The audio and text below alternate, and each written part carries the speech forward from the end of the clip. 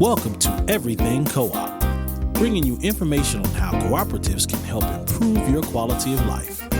This show is being sponsored by the National Co-op Bank, NCB.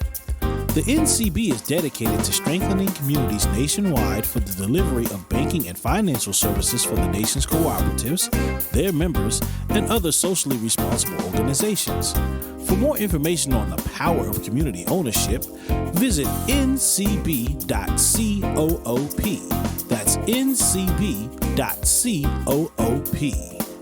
Now stay tuned for your host, Vernon Oaks. Good morning, everybody. This is Vernon Oaks, and the radio program is Everything Cooperative. And this morning we have the absolute pleasure of talking to a wonderful couple, Leon Prieto and Simone Phipps. They live in the Georgia area, and they've written a book called African American Management History, Insights on Gaining a Cooperative Advantage. And we're going to talk about that cooperative advantage a little bit later.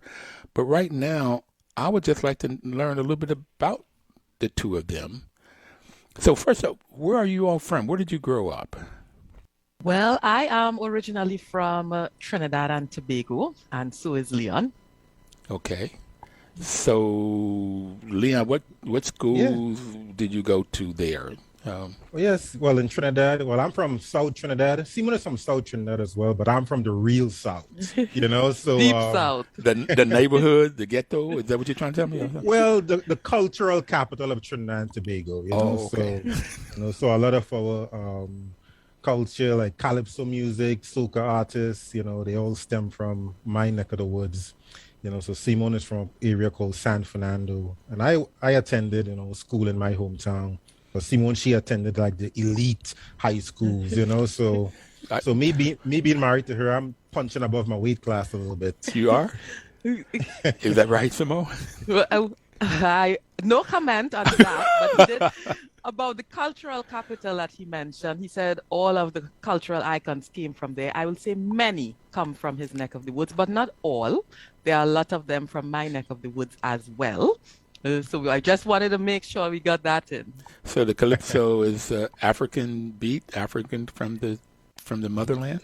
Yes, it stemmed from the African call and response, so the Calypsonians are like the griots, the storytellers within our Afro-Trinbagonian culture, so it definitely stemmed from African traditions.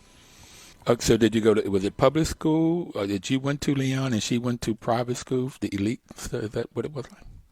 We both went to public school, but many of the schools I attended were church affiliated.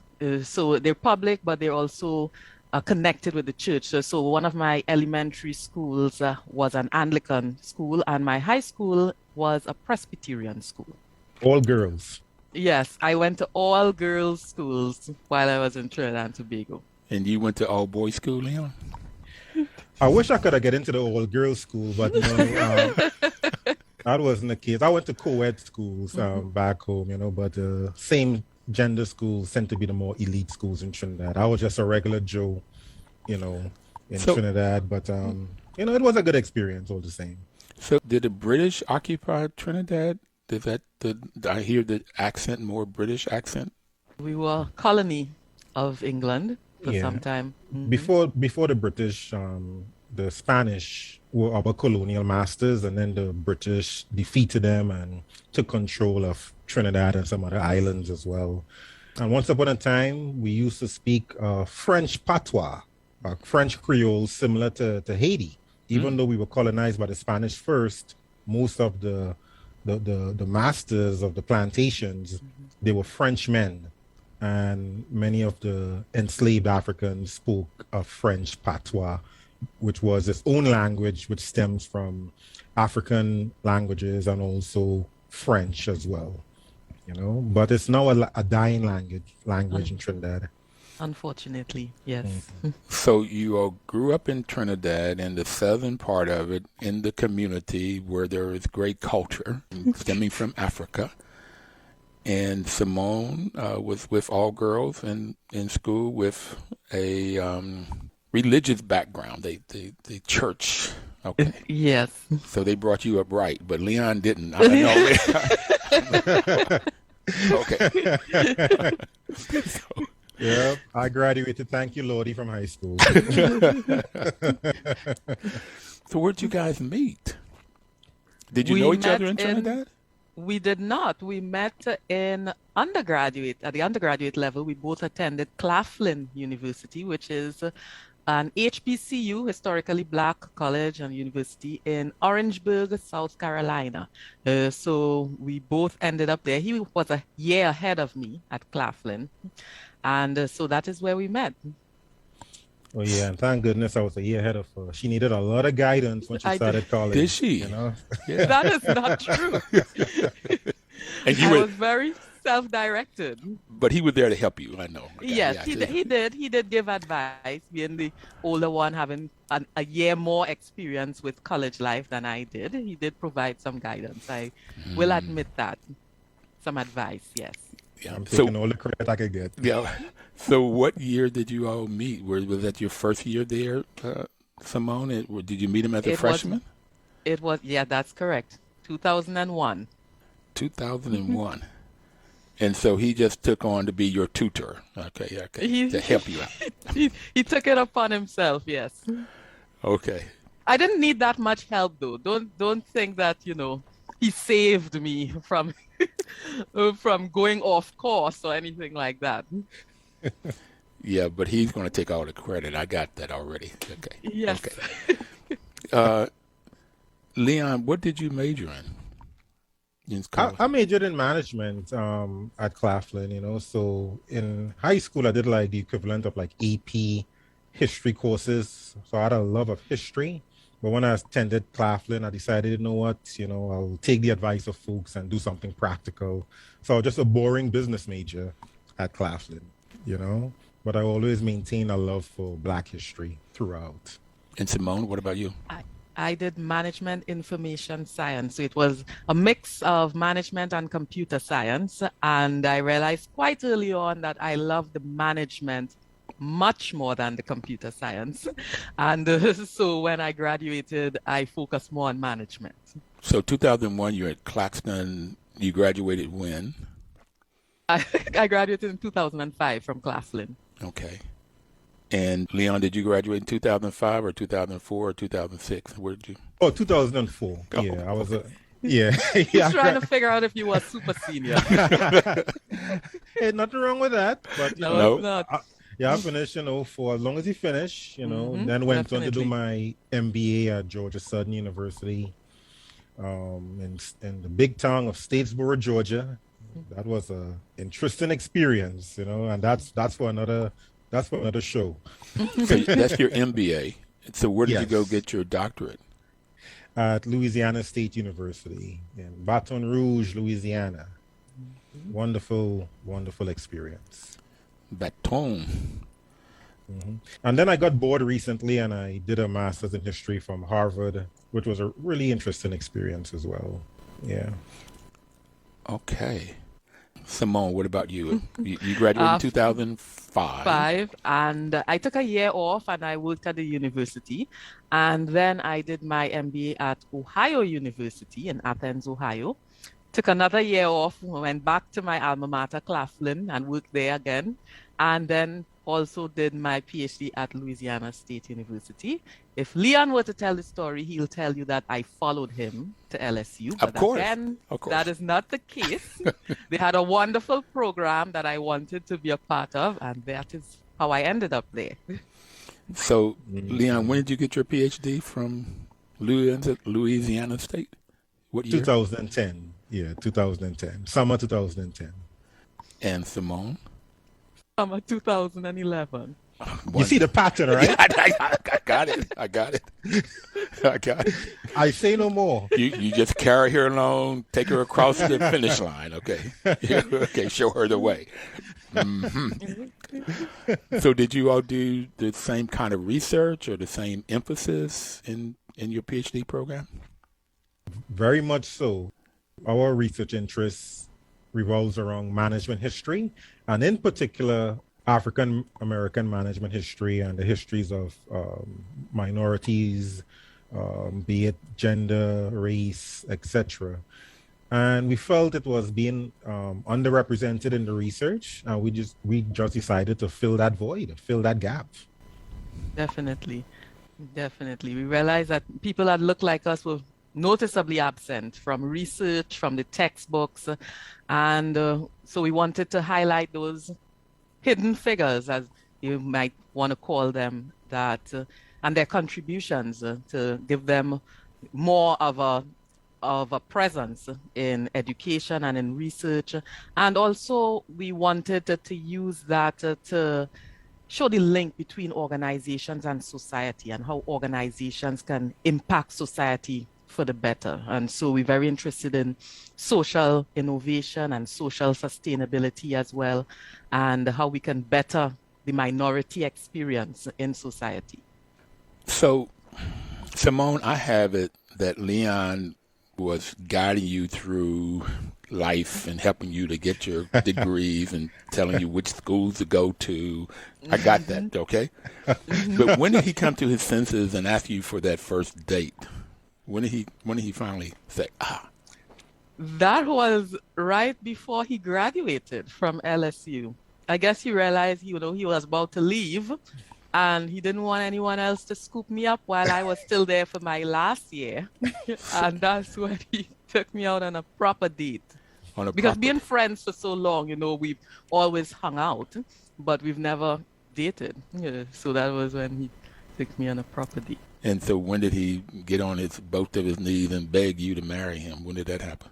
He never got on both of his knees. He never? He was sitting in a chair. We were in a restaurant, and we were having dessert, and he proposed. Okay. While sitting.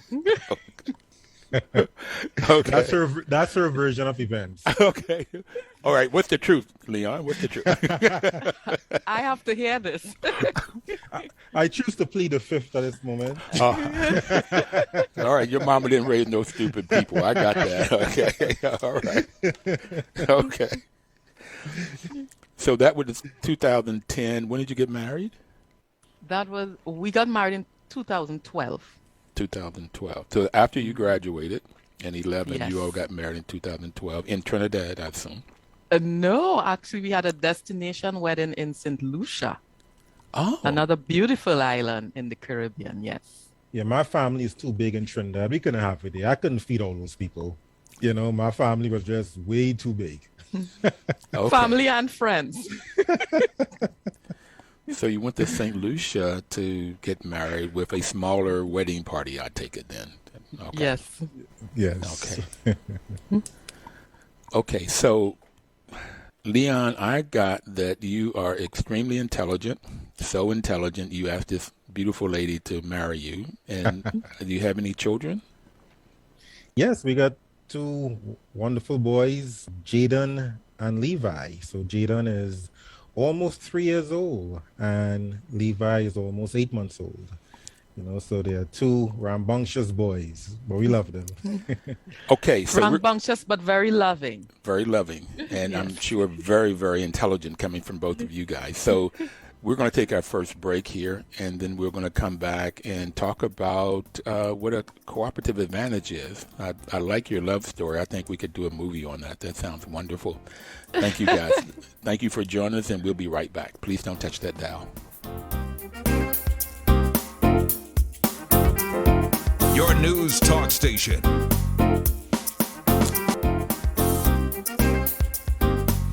Welcome back, everybody. This is Vernon Oaks, and the program is Everything Cooperative. And as WOL said, information is power. And information by itself doesn't give you power. It's like having gasoline. There's power in gasoline, but it's not until you strike it in a piston or in a car or put match to it. You have to do some action to the information to get the power.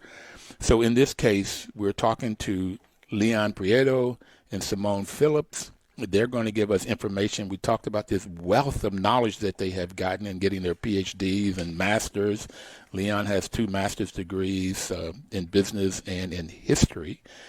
And they both have doctorate degrees They went over to Louisiana and got their doctorate degrees at Louisiana State University in Baton Rouge.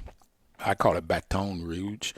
And they just have all of this knowledge and this information they're going to give us, particularly about the book they've written, African American Management History. Management is where they got their degrees in, and then Leon got the degree in history, put those together, and they have insights on gaining a cooperative advantage. So how did you get to talk about cooperatives? Where did that come from?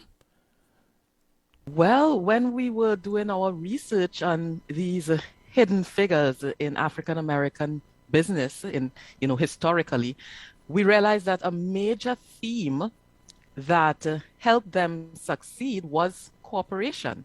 They believed in cooperation. They practiced cooperation in order to succeed. And one of the cooperative ideas is cooperative economics, and that idea of using cooperative economics. And so it stemmed from that.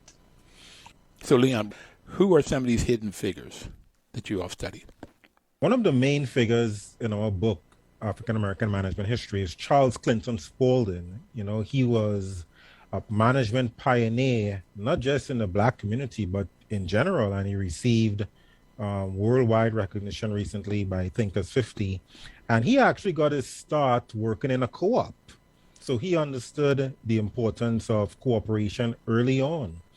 And then the company that he worked for, the North Carolina Mutual Life Insurance Company, which he worked for after his experience working for the co-op, it stemmed from that whole love of cooperation within the Black community in Durham, North Carolina. And Durham is one of the many Black Wall Streets in the United States. So it's known as Durham has their own Black Wall Street. It's known as Haiti. And Charles Clinton Spaulding, he played a big role in helping the North Carolina Mutual Life Insurance Company become the top Black firm in the United States for the early part of the 20th century. And even though they were not a cooperative in terms of their business itself, but they embody those principles of cooperation. So you're studying history and you come across this cooperation. Was there anything in your formal education that you learned about co-op, either in management or in history? Definitely not. That the cooperative model was very absent from our business curricula, whether it was at the undergraduate level or at the graduate level.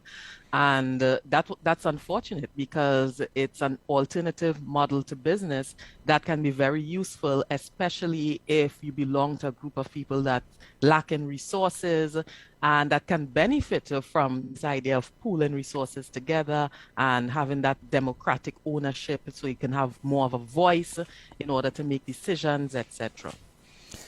I like the way you say it. Pooling resources. You get voice. Yeah, that's right.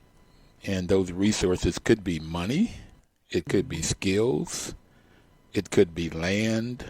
Yes. It's all of any kind of resources that you might have. And it's kind of like if everybody put their pennies together, pennies, dollars, whatever, you can get more money, and therefore you can do more with it. So Charles Clinton Spaulding was one person you found out in your research. Who else might there have been in these hidden figures? Well, I'll mention one of the women, who was Magdalena Walker. In the African American community, when you think about historical business pioneers who are women, everyone thinks of Madam C.J. Walker, but there were others. And Magdalena Walker was one of them. And she was the president, the first Black woman to charter a bank in the U.S. It was the St. Luke's Penny Savings Bank. And with that bank, the Black community was able to not just save money in order to buy things, but home ownership rose significantly among the Black community, which was a very big deal, of course. And the bank was also an opportunity to give employment opportunities to the Black community, especially Black women, because Black women at that point in time, they were relegated to certain jobs like domestics, etc. It did not matter what education they had, the skills they had. And so she was very instrumental in allowing Black women to progress and advance. And so through the bank, she helped. Also, she had other initiatives like a department store, the Emporium, where they sold goods and services, but also women had an opportunity to do more than just be a washerwoman or something like that. And she also started a newspaper, which was the St. Luke Herald, that gave the community a voice to talk about issues like segregation and lynching, better educational opportunities, suffrage. She was one of the Black figures that worked for voting rights for women, especially Black women. So she did a lot, and she also embraced that idea of cooperation.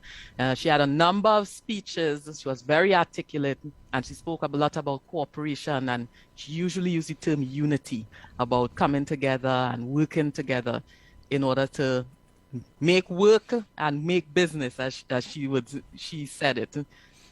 I really like hearing you talk about it. I hear the passion as you talk, Simone. It was fascinating for me to learn these things because I had never heard of them before. And where was St. Luke's? What city, state? That was in Richmond, Virginia. Oh, right down the street from me. Okay. Mm-hmm. Mm-hmm. Right up the street from where you are, Richmond, VA. Mm-hmm. Mm-hmm. Okay, I have not heard of either of these figures. And so you're telling me it's Charles Clinton Spalding and Miss Magdalena Walker. I was wondering if she was in a relationship to C.J. Walker when you gave me her name, but okay, she was doing her thing. Okay, Leon, do you have another hidden figure? Well, there are a number of hidden figures, and one hidden figure I would like to mention, he made a brief appearance in our book. His name is William Matheny, and when we were doing the research for the book, I came across his work. And we told ourselves, we're going to probably write a separate article about him and his contributions. So William Matheny was one of the first Black MBA graduates from Harvard Business School. So he graduated in the very early 1920s. He was a prominent member of Alpha Phi Alpha, one of the greatest fraternities known to man. We both agree to that. Okay. Oh, definitely. And Matheny, he became and he also went to Ohio University, Simone's alma mater. He went to undergrad there, right? And he's from West Virginia, and he took a job at Bluefield State. It was called Bluefield Institute at the time. Bluefield Colored Institute. Colored Institute, definitely. And he was always passionate about cooperatives. And one of his mentors and role models was W.E.B. Du Bois, who was another Harvard grad and also another prominent member of Alpha Phi Alpha. So they both formed this organization known as the Negro Cooperative Guild. I want to say in 1918, I believe. And they always kept in touch. So when Matheny took a job as a business professor at Bluefield Institute, it was very easy for him to draw from the experiences of himself and Du Bois, because Du Bois was very passionate about cooperatives, and they brought it into the curriculum. So Du Bois would go on campus and give speeches. He was invited there. Matheny started a co-op store with his students, so his students could gain some practical skills and running a cooperative to accompany what they learned in the classroom. Well, I'm from Bluefield. I grew up in Bluefield, went to public schools in Bluefield, went to Bluefield State College and got my undergrad degree. And I've never heard anything about William Matheny until we started talking. So he was definitely a hidden figure. And I got nothing about co-ops, and I heard about the students owning the store. It's like the bookstore, what I would call a bookstore, and that's in Jessica Gordon M. Hobbs' book, Collective Carriage, was the first time I heard about it, but talking to you all and reading what you all sent me, I've learned much more about him. And the story was doing extremely well from the research that both of you and Jessica did. They gave 7 or 8 scholarships. The students made money. They learned the business, how to run a business. But how did it close? What happened to it? Well, I have to give credit to Dr. Gordon Nemhard, her work is an inspiration. But the store closed, we speculate, due to racism and also the issue some for-profit businesses, traditional for-profit businesses, had with cooperatives as well. We're going to come back. We've got to take our next break. I want to come back and talk about that. You hit the tone of what happens when we have successful businesses, whether it's Tulsa or this co-op in Bluefield, West Virginia. We'll be right back, everybody. Please don't touch that dial.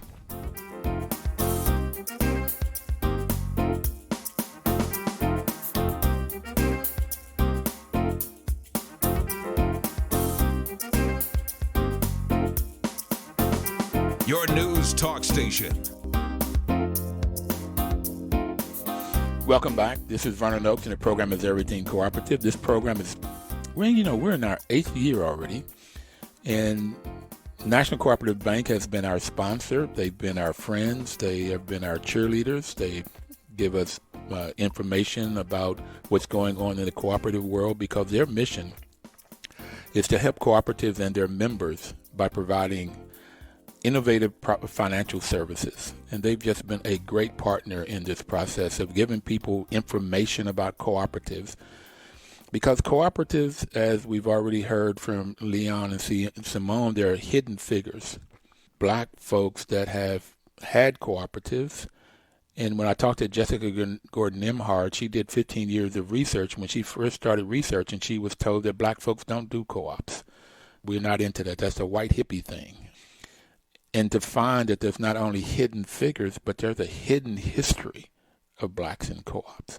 So Leon, as you have been studying history, in particular African-centric history, what did you find out about co-ops from Africa? Well, Africa has its own traditions of corporations, based on their philosophies. For example, in South Africa, there's a very prominent philosophy known as Ubuntu, which means I am because we are. And different African nations and ethnicities within the continent shared very similar philosophies of cooperation. So it's known as Ubuntu in South Africa. In Rwanda, there's Umuganda. And in Tanzania, there's Ujamaa, which literally means Cooperative Economics. And when Africans were enslaved and brought into the Americas, meaning the United States, the Caribbean, Latin America, etc., many of these traditions survived the Middle Passage. So the Black Church still incorporated a number of these traditions from Africa. The mutual aid societies within the Black community in the United States still adopted a number of these Afrocentric philosophies of cooperation, and many of them also survived within the slave plantations.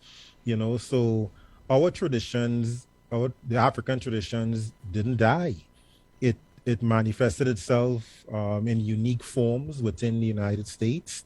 And so when African Americans started their businesses, be it cooperatives or traditional for-profit enterprises, many of them embody that spirit of solidarity, that whole spirit of unity, and where we look out for each other within the wider community.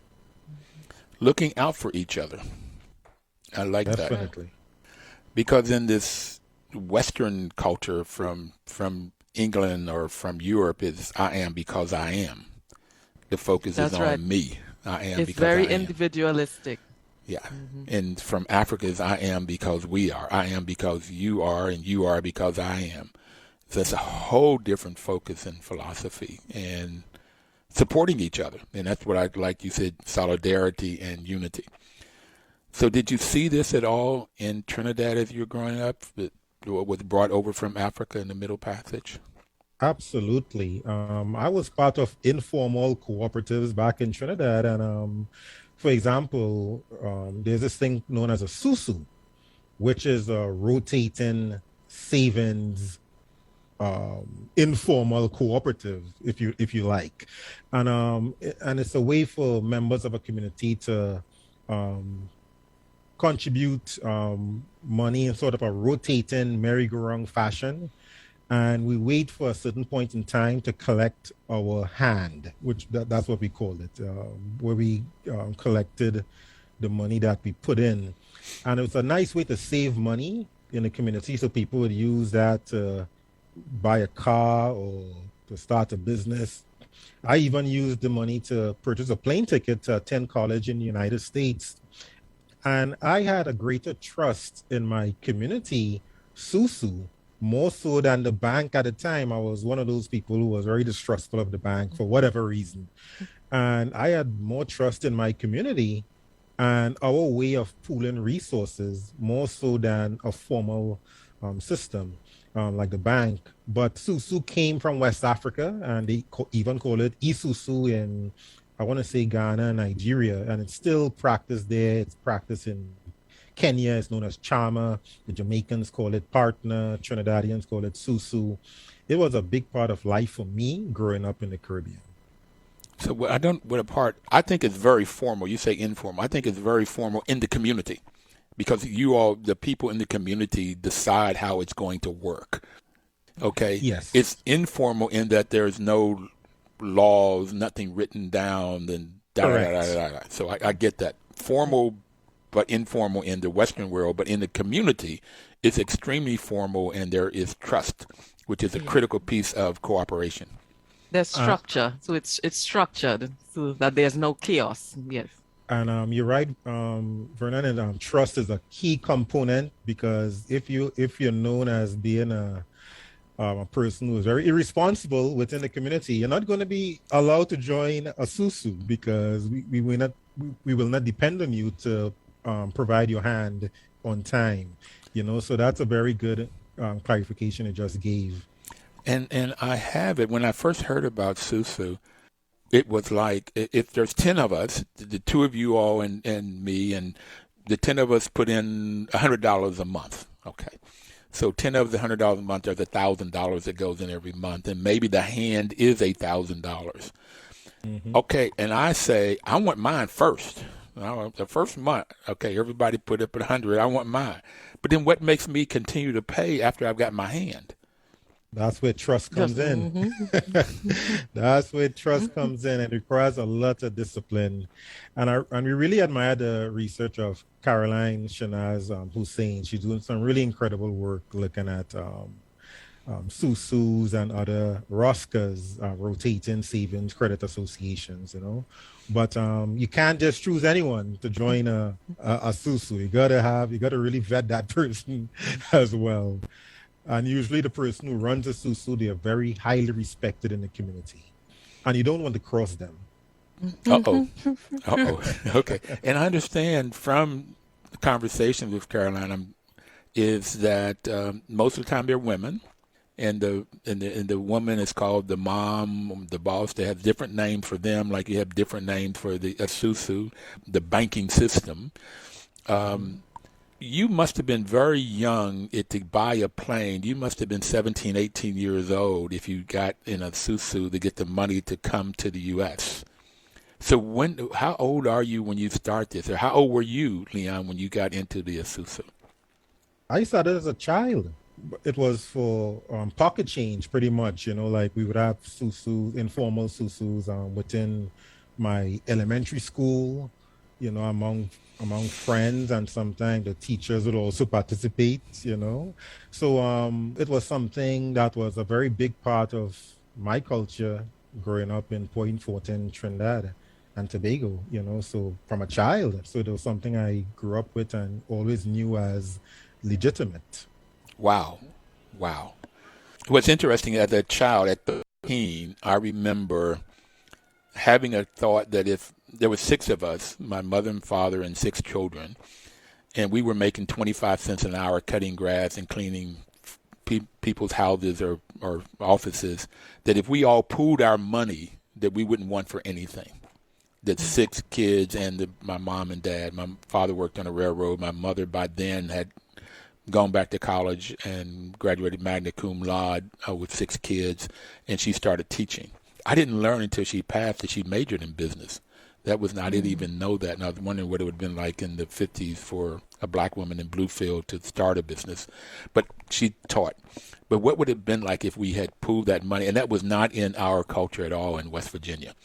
To pool the Susus was not even a thought from where I grew up. And that would have been just interesting. When you say in elementary school, that's phenomenal. Phenomenal. Okay, so you all met in college. Leon came to his senses right before he graduated his PhD and asked you to go out on a date. Y'all eventually got married in 2012. You went to St. Lucia, destination wedding, because you had too many people to feed if you didn't. Okay.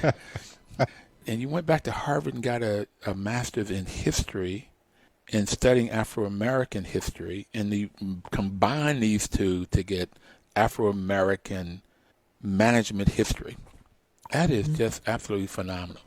And the way you all smile, I feel love between you and with you, whether you're teasing each other or not.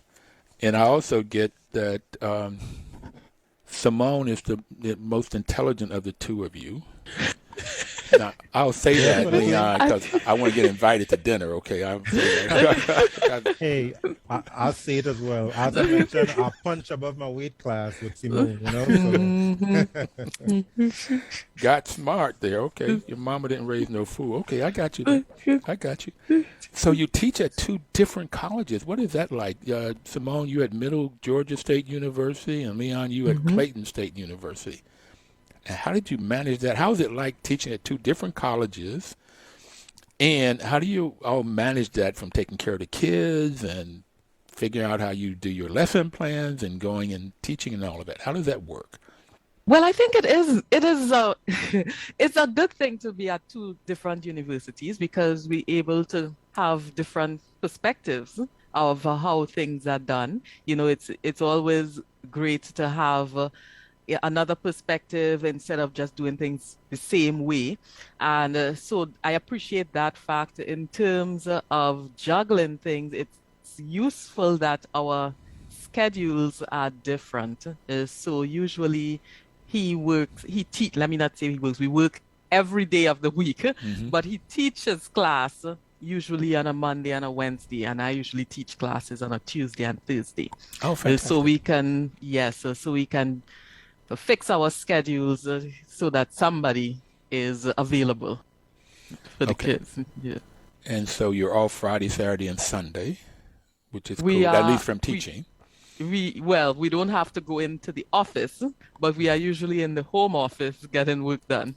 Because teaching really never ends. You're planning lesson plans. As a professor too, you have to do research, which takes a lot of time. So we are in the home office very, very often. So who came up with this writing the book? Whose idea was that? Well, we both were interested in writing a book, but when we heard about Charles Clinton Spaulding, I think we had papers on him before the book, and we really thought that it was important to have all this knowledge in one place, especially for students, because we didn't have the opportunity to learn about these figures. And Leon, it was who realized, about the theme of cooperation just coming up over and over and over again. Oh, yes. And Spaulding, his nickname was Mr. Cooperation. Yes. That was his nickname for real? Yes. It was. Okay. Mr. So Cooperation. I'm glad you answered me, Simone, because I know Leon was going to say it was his idea, but okay. I know. Okay. I got that. I'm a humble guy. I know you are. I hear it. I see it. I hear it. Okay, we're going to have to take our final break here, and this is going by extremely fast. I'm thoroughly enjoying talking to you all. So you got the book, African American Management History, Insights on Gaining a Cooperative Advantage. I want to come back and talk more about this Cooperative Advantage in this last segment. But you also won a prestigious award for this book, and talk a little bit about that when we come back. And I cannot tell you how excited I am about talking to you guys, particularly bringing in the Bluefield experiment, which I knew nothing about, and just bringing to life what Leon was talking about, what he was doing since elementary school, pooling money together, these resources together. We'll be right back.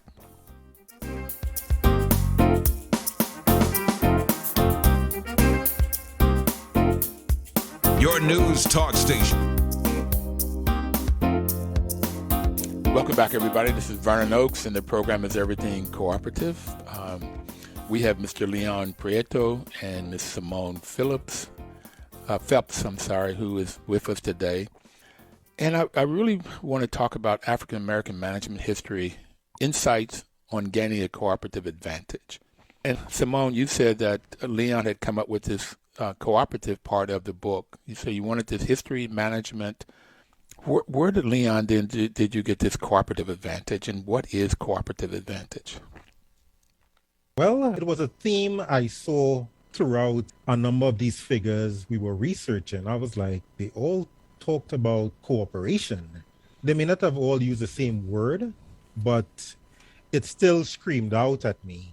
And Simone eventually saw it too as like a constant theme. And we saw Du Bois talking about the importance of Black economic cooperation in general for us to build wealth as a community. Mm-hmm. So Spalding talking about cooperation in all of his speeches. And then he even earned a nickname, Mr. Cooperation. And he was even called that in a number of newspaper articles. And, Simone talked about Magdalena Walker. And it was all about cooperation used as a tool for us to create wealth and to also uplift the community.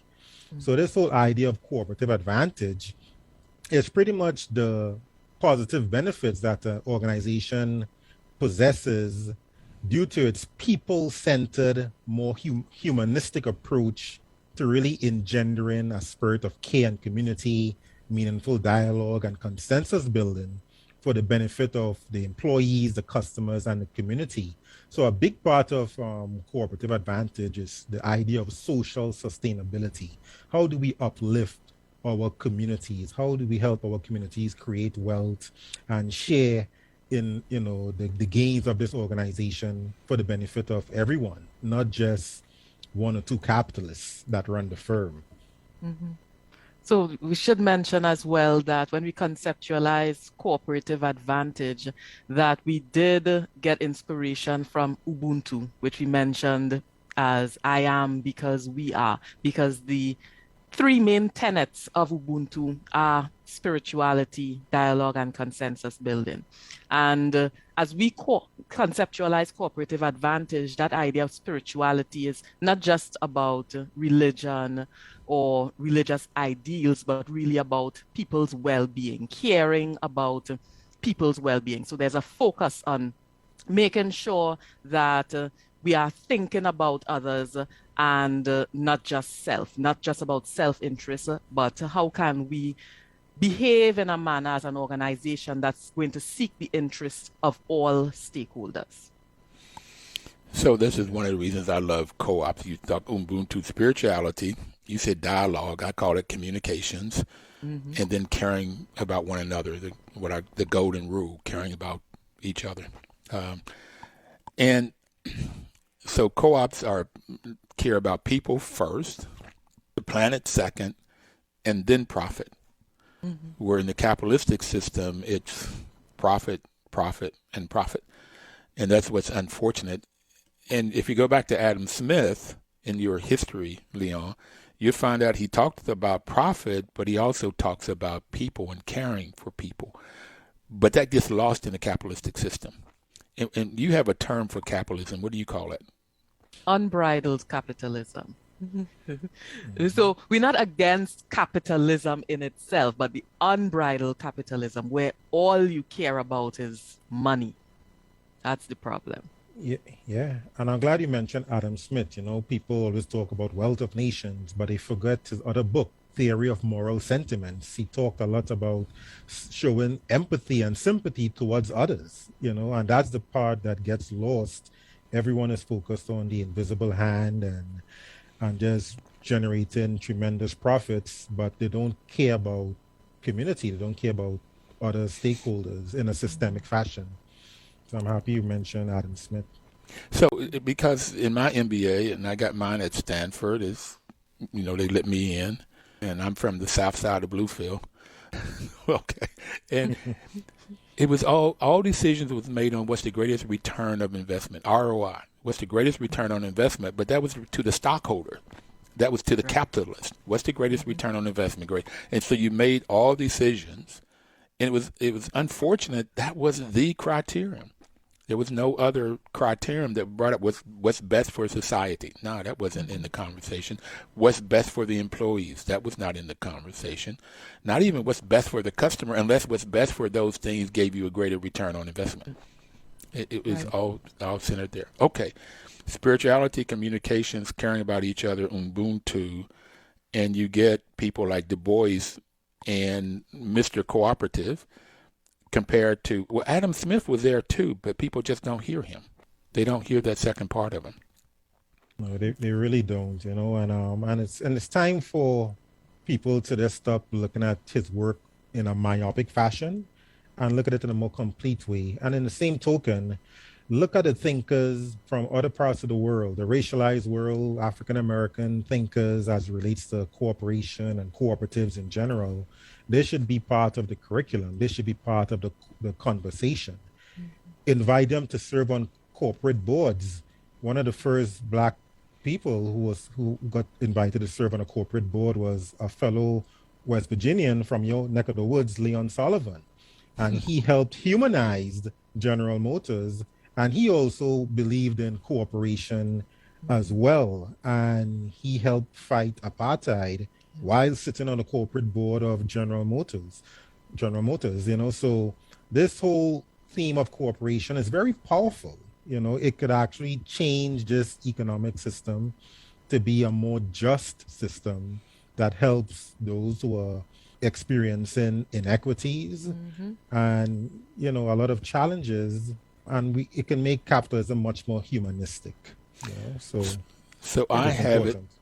Go ahead, Simone. You were going to say something. Oh, I was agreeing definitely because when you see a lot of the inequities, as Leon said, among different groups of people, and cooperation and specifically cooperatives can help address those disparities in finances and economics, in employment, in education, in housing, in the legal system, even in culture. There's a spot for cooperative economics. Well, it does my heart good that you all see this. What I've come to learn is co-ops can help underserved people, and they can help people start their own co-ops, create their own jobs, create their own money, and have self-dignity, self-worth. And what also helps me in warm my heart is that there's a couple here that's married and have a couple children, and y'all can agree. That's so sweet. That is so nice. Okay. So you won an award. What was that like, and what award did you win? Well, we won the Breakthrough Idea Award from Thinkers 50. Thinkers 50 is also known as the Oscars of management thinking. And so it was a great honor to win that award for the idea of cooperative advantage. That is wonderful. Were you going to add something, Leon? Well, yeah, we were pretty much surprised to even be considered for it, that our humble research, just learning about the traditions of Black folk, was actually resonated with people internationally. So it was quite an honor, and we feel incredibly humbled that the thoughts and philosophies of our ancestors is actually gaining greater prominence in contemporary times, and it is needed now more than ever. Needed now more than ever. Absolutely, totally agree with you. The Cooperative Development Foundation has the Co-op Heroes. I think you guys should be on that list of people that get this co-op hero status. But also they are looking, they've told me they're going back to try to find, because if you look on the wall at the National Association of NCBA, National Cooperative Business Alliance, on their wall, there's mostly white men, particularly 20s, 30s, 40s, 50s, 60s, and they're looking to have some honors of folks that came before. And the two of them that you talked about, the Charles Spalding and Magdalena Walker, those would be two great names. And they're asking Jessica Gurdon Nimhard to give them some names of people in the past from the African diaspora. That's good. What would you like to leave people with? We only have another minute or so. What message would you like to leave people with? Well, looking towards the future, because we realize that history tends to repeat itself. It's okay if the positive aspect of history repeats itself, but when it comes to the negative aspect, we want to change things moving into the future. And so we want to promote the idea of cooperation more, and cooperative economics and cooperatives. And I want to mention that it really starts with education. You mentioned at the beginning of your show, information is so important. We need to get to this information in the schools so that the students can learn about an alternative approach to business and business models, because that's important. And then they know they have another perspective. They'll get a more complete education, and they'll be able to put it into practice after graduation when they want to start their own businesses. They know there's another way. Leon, do you have anything to add, or are you going to let her have the last word? Well, since you put it that way, but no, what I would say is this, let Ubuntu be your guide, so that's pretty much it. Let the philosophy of Ubuntu guide you in how you run your business and how you interact with people in life in general. Thank you, guys. Thank you very much. Everybody out there, let Ubuntu be your guide, and we'll see you next Thursday.